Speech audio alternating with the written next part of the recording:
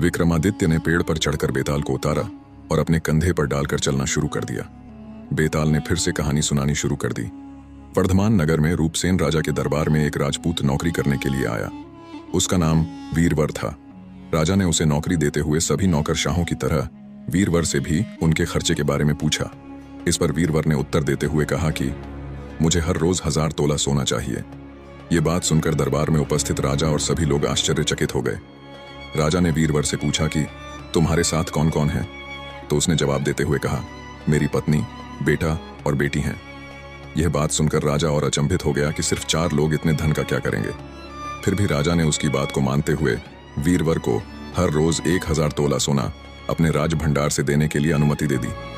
वीरवर हर रोज 1000 तोला सोना लेकर घर लौटते समय आधा सोना ब्राह्मणों को बांट देता था। उसके बाद बचे हुए सोने के 2 हिस्से करके सन्यासियों और मेहमानों को दान देता था।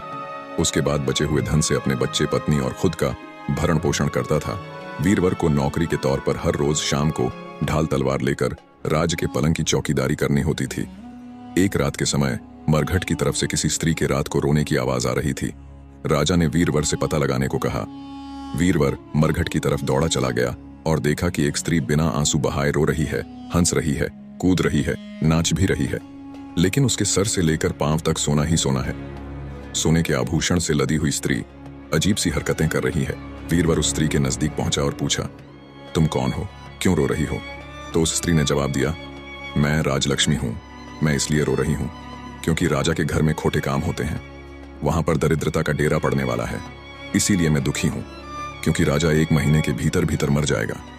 यह सुनकर वीरवर हैरान हो गया और उसे पूछा, इससे बचने का कोई उपाय है? तो स्त्री बोली, हाँ है।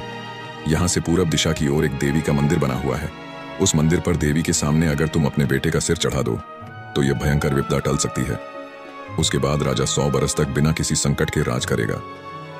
वीरवर घर पहुंचने के बाद आधी रात को अपनी पत्नी को जगाया और उस स्त्री द्वारा कही गई बातों को विस्तार से समझाया। वीरवर की पत्नी ने पति की बात मानते हुए कहा, जैसा आप चाहें हमारे पुत्र की बलि चढ़ा सकते हैं। दोनों ने मिलकर अपने बेटे को जगाया और उसकी बलि देने की बात कही तो उसका पुत्र खुश हुआ और बोला, यह तो मेरे लिए सौभाग्य की बात है। आप मेरा शीश काटकर जरूर चढ़ा दें। यह बात सुनकर वीरवर खुश हुआ। तब तक वीरवर की बेटी भी जग चुकी थी। इसके बाद वीरवर अपनी पत्नी, बेटे और बेटी को लेकर उस मंदिर पर देवी के सामने पहुंच गया, जहां पर वीरवर ने देवी के सामने हाथ जोड़कर कहा, देवी, मैं अपने पुत्र की बलि तुम्हारे आगे चढ़ा रहा हूं। आप मेरे राजा की रक्षा कीजिए। आप मेरे राजा को 100 बरस की आयु प्रदान करें। वीरवर ने देवी से प्रार्थना करने के बाद अपने बेटे के सिर को धड़ से अलग कर दिया।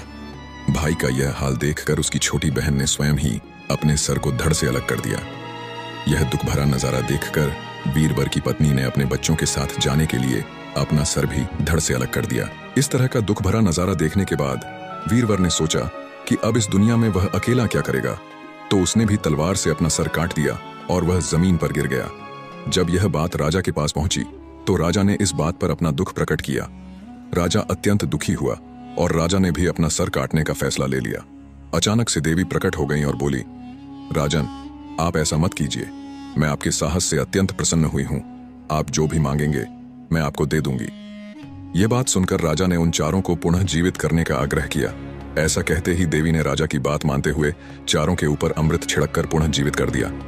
इस कहानी को सुनाने के बाद बेताल राजा विक्रम से बोला, बताइए राजन, पुण्य किसका हुआ? राजा विक्रम बोले, राजा का।